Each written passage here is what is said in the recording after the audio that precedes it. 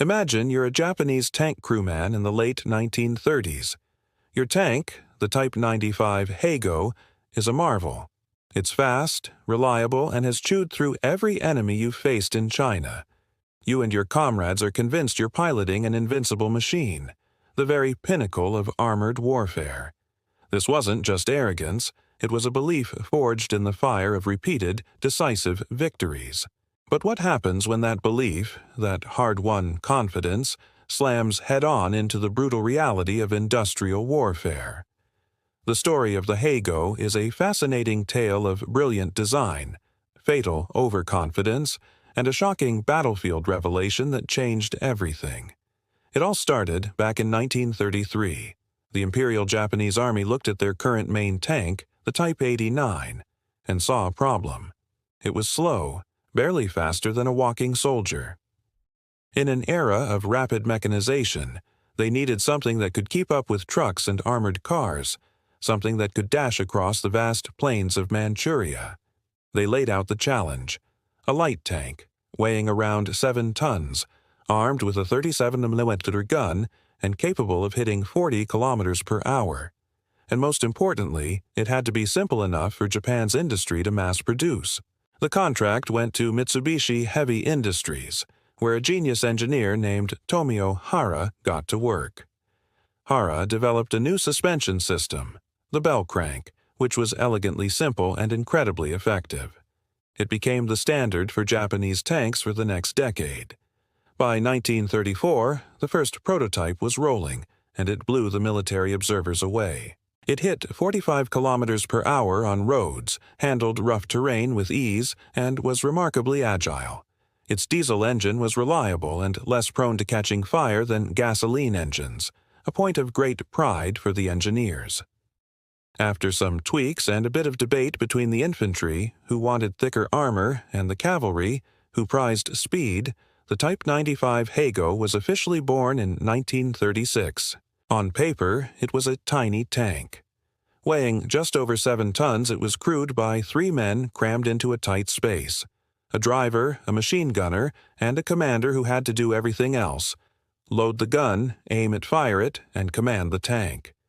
The armor was only 12 millimeters at its thickest, just enough to stop rifle bullets and shrapnel. But when the Heigo rolled into China in 1937, it was more than enough. It faced almost no enemy tanks.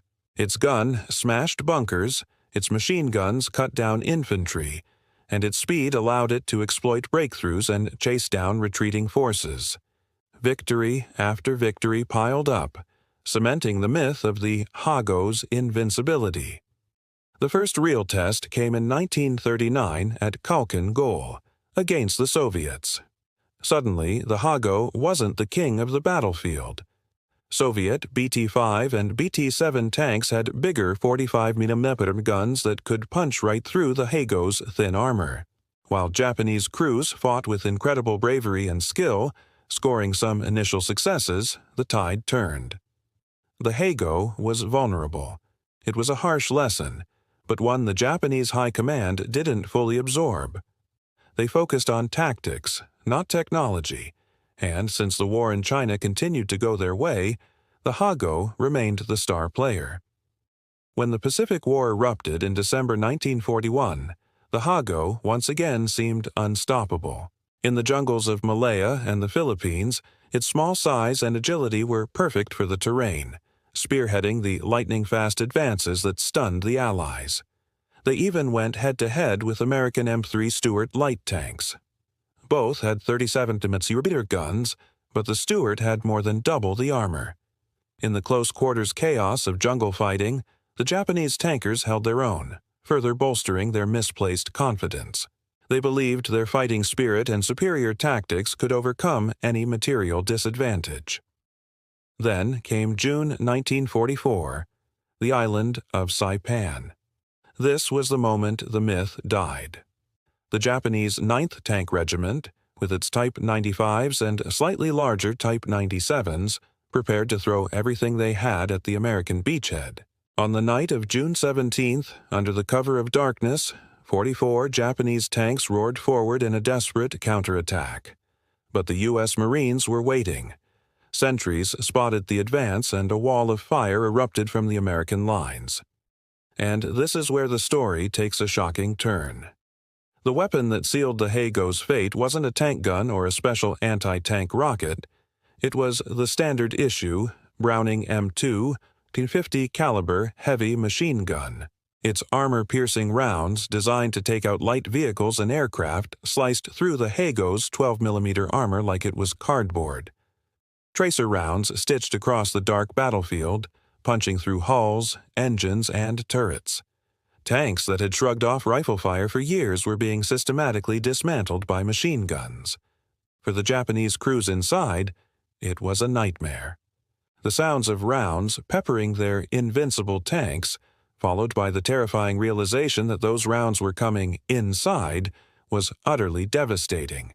Their confidence, built over years of victory, evaporated in an instant. These tanks weren't fortresses, they were death traps. The mighty American Sherman tanks, with their thick armor and powerful 75mm guns, moved in to finish off the survivors. The charge was annihilated.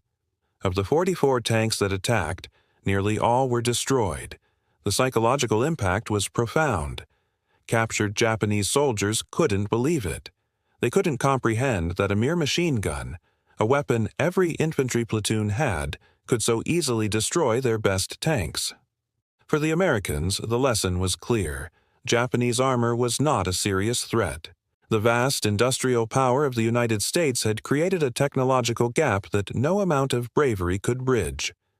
When captured, Hagos were examined back at Aberdeen Proving Ground. The disparity became even more stark. The cramped interior, the hand-cranked turret, the paper-thin armor, it all stood in shocking contrast to the spacious, powerful, and well-protected Sherman. The Detroit arsenal alone was producing more tanks in a single month than Japan could build in an entire year. The story of the Type 95 Hago is a powerful reminder that victory on one battlefield doesn't guarantee success on the next. It's a story of how confidence can become overconfidence, and how technology, industry, and doctrine ultimately decide the fate of nations at war. The Hago started as a symbol of Japanese military prowess but ended as a tragic testament to brave men sent to fight a modern war with the tools of the last one.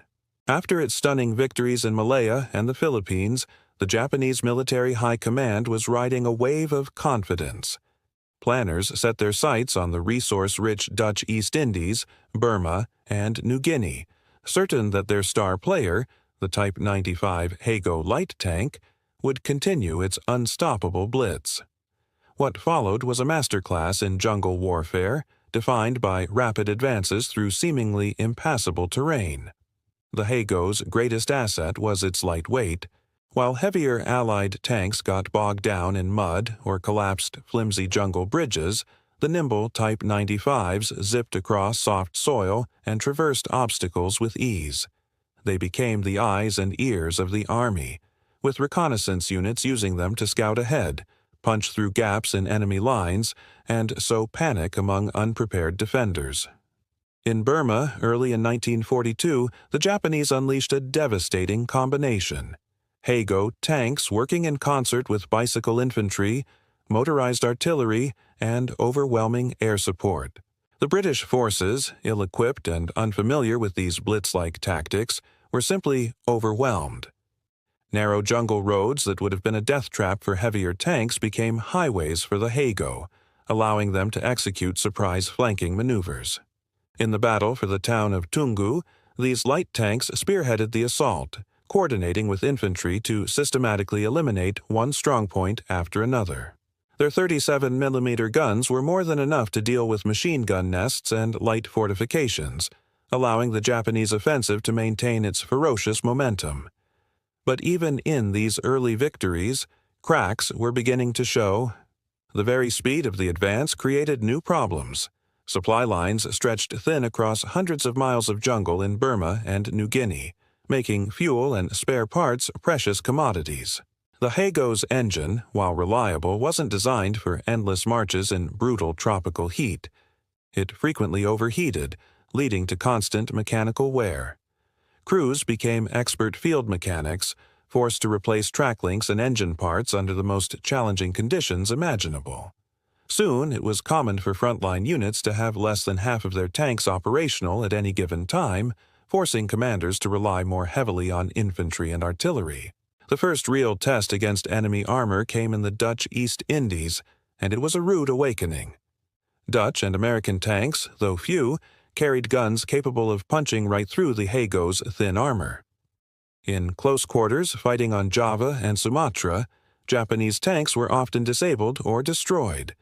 This forced a major tactical shift. From then on, Japanese doctrine stressed avoiding head-on duels with enemy tanks. Instead, they were to use their mobility to flank, infiltrate, and rely on infantry support to neutralize armored threats before they could even engage. Meanwhile, in the Philippines, the Hagos were still effective in mopping up operations. They navigated jungle trails and river crossings that were inaccessible to American medium tanks, securing rear areas and protecting vital supply lines. But the tide was turning. By mid-1942, American reinforcements arrived, bringing with them the M3 Stuart light tank. The Stuart was faster, better armored, and posed a serious challenge. The battles for Bataan proved that while the Hago could still be deadly in an ambush, a straight-up fight against newer Allied armor was a losing proposition. The struggle intensified during the Guadalcanal campaign. Here, in the dense jungles and mountains of the Solomon Islands, the Hago was deployed from amphibious landings. The brutal terrain actually helped the Japanese by limiting the effectiveness of heavier Allied tanks, but it created a logistical nightmare.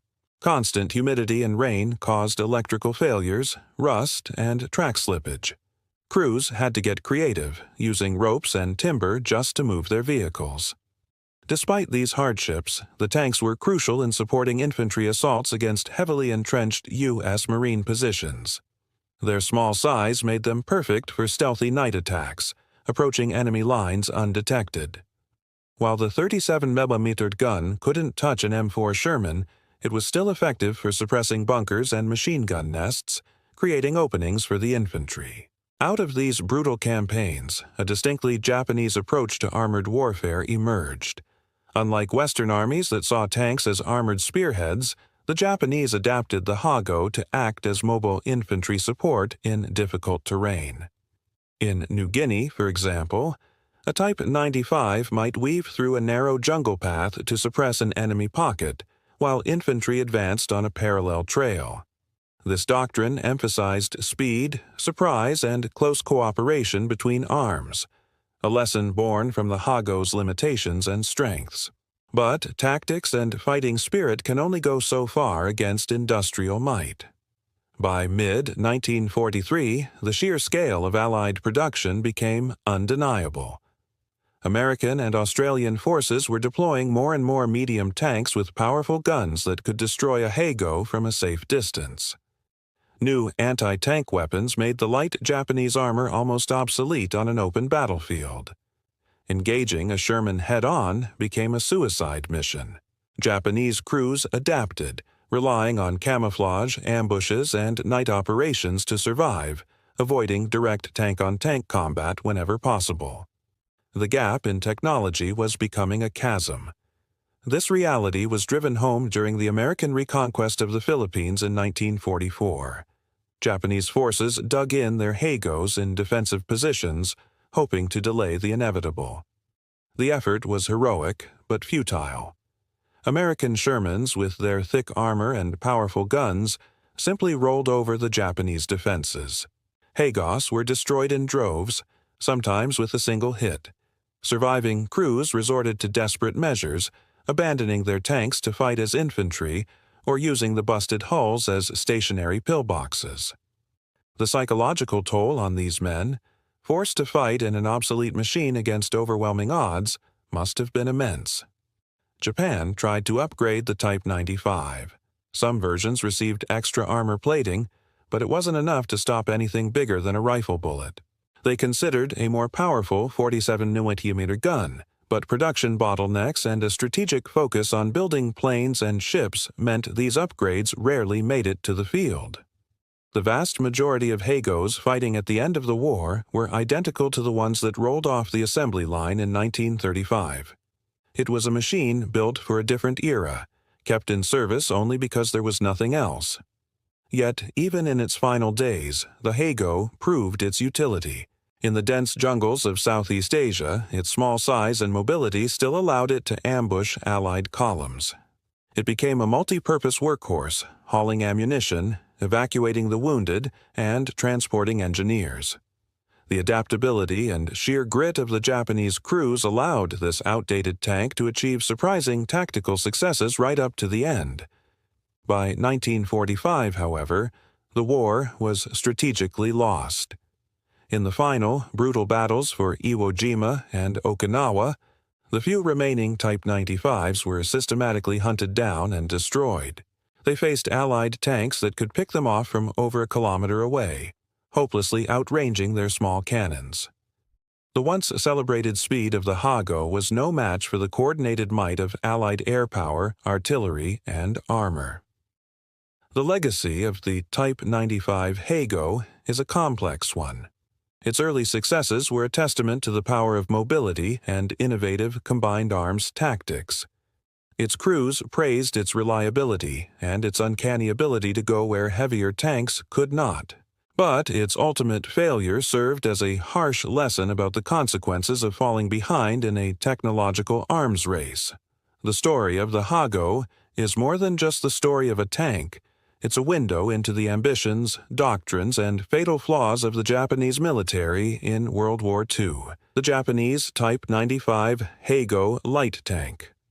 This machine perfectly captures Japan's early war brilliance and its later strategic struggles. While it was once praised for its speed and reliability, it eventually became a symbol of the growing technological gap between Japan and the Allied powers. The story of the Hago is a powerful lesson in armored warfare.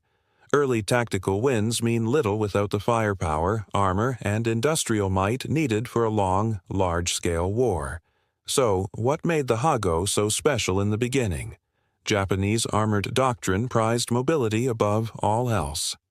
In the dense jungles of Southeast Asia, the Hago's lightweight, small size, and agility were major advantages. It allowed Japanese forces to slip through enemy lines, achieving surprise and rapid advances in places like Malaya and the Philippines. When coordinated with infantry, these tanks were instrumental in exploiting terrain and overwhelming unprepared Allied defenders. But these victories often depended on the enemy being caught off guard, outnumbered, and lacking their own heavy armor. The honeymoon phase didn't last. Once the Hago came face-to-face with American medium tanks like the M3 Stuart and especially the M4 Sherman, its weaknesses were brutally exposed. The tide turned, and the Hago found itself on the defensive in brutal battles like Okinawa and Iwo Jima. Here, Allied forces used their superior firepower, artillery, and complete air dominance to systematically hunt and destroy Japanese positions. Even when Hago crews used clever ambush tactics and camouflage, their light armor and small-caliber gun were simply no match. Many were destroyed from ranges where they couldn't even fight back. Reports from the front lines show devastating losses for Japanese tank crews, who had to rely on improvisation and terrain just to survive, rather than engaging in direct combat. From a strategic standpoint, the Hago's story reveals Japan's wider industrial and doctrinal shortcomings. While military planners knew they needed heavier, more powerful tanks, they were stuck. The nation faced critical steel shortages, and the military prioritized building ships and planes over tanks. This meant that while Allied tanks were constantly evolving, the Hago remained largely unchanged from its original 1935 design. Attempts to upgrade it, like adding a slightly more powerful 47mm gun, were too little, too late. Japan's limited manufacturing capacity just couldn't keep up. The contrast was stark. By 1944, the U.S. and the Soviet Union were churning out thousands of advanced medium and heavy tanks, while Japan was still relying on a pre-war light tank design. But let's not write off the Hago completely. Even in the late stages of the war, it had its moments. In specific environments like jungle paths, mountain passes, and river crossings, its speed and lightweight were still valuable assets. Infantry units appreciated the Hago for its ability to provide logistics support, conduct quick reconnaissance missions, and deliver direct fire against fortified enemy positions. When used carefully, Type 95s could delay enemy advances and help secure flanks during a retreat. In these roles, the Hago's legacy isn't about its combat power, but its ability to support infantry in some of the war's most challenging conditions. We also can't ignore the psychological impact of this tank. In the early days, its string of victories in Malaya and the Philippines fueled Japanese morale and reinforced a sense of invincibility. But as the war dragged on, the reality set in. The Hago's inability to stand up to Allied armor had a crushing effect on crew confidence. Veterans' accounts describe a shift in tactics from aggressive, bold maneuvers to defensive, almost timid ambushes. It's a clear example of how a vehicle's limitations can directly influence the morale, decisions, and risk-taking of the soldiers who fight in them. When we compare the Hago to its contemporaries, like the British Vickers 6-ton or the American M3 Stuart, we see a clear trade-off. The Hago was often faster, easier to maintain, and better at handling rough terrain. But it consistently lagged behind in armor and firepower. These shortcomings became more and more glaring as the war progressed, teaching a vital lesson in armored vehicle design. You have to balance speed, protection, and firepower. The lessons learned from the Hago's performance heavily influenced Japan's post-war tank doctrine, which shifted focus towards mobility and infantry coordination rather than heavy, head-to-head tank battles. From a technical perspective, the Hago had some clever features. Its air-cooled diesel engine was a huge advantage in tropical climates, proving more reliable and less prone to overheating than the water-cooled engines common in other tanks. Its suspension offered decent off-road performance, and its small, low profile made it a harder target to spot. However, its 37mm main gun, which was adequate against infantry and light fortifications, was practically useless against the thick armor of modern medium tanks, and with armor only 6 to 12mm thick, it offered little protection against anything more powerful than small arms fire. These technical limits defined what the Hago could and could not do on the battlefield. Japanese tactics naturally evolved around the Hago's strengths and weaknesses. Early on, it was all about speed, maneuver, and surprise, with tanks acting as a spearhead for the infantry. They specialized in night operations and ambushes to maximize their advantages. Later in the war, as Japan was pushed onto the defensive, the Hago's role changed. It became a mobile fire base, used to reinforce static defenses and conduct delaying actions in dense jungle environments. This adaptability shows a key principle of armored warfare. A weapon, its effectiveness is entirely dependent on the situation, the terrain, the enemy, and how you use it. Ultimately, the Type 95 Hago holds a complex and fascinating place in military history. It was celebrated for its early war mobility and tactical success, but it was ultimately a victim of the massive industrial and technological gap that defined the later years of World War II. Its story is multifaceted. It's a testament to Japanese engineering ingenuity, but also a cautionary tale about what happens when you fall behind in an arms race. The lessons from the Hago's successes and failures continue to inform modern military thinking, emphasizing the delicate balance between speed, protection, and firepower. It was more than just a light tank. It was a symbol of an entire era of warfare, and its legacy offers timeless insights into the complex relationship between technology, strategy, and the human element of conflict. Thank you so much for joining me on this deep dive into the Type 95 Hago. If you enjoyed this video and want to see more content like it, please hit that like button, subscribe to the channel, and ring the notification bell so you never miss an update. We'll see you in the next one.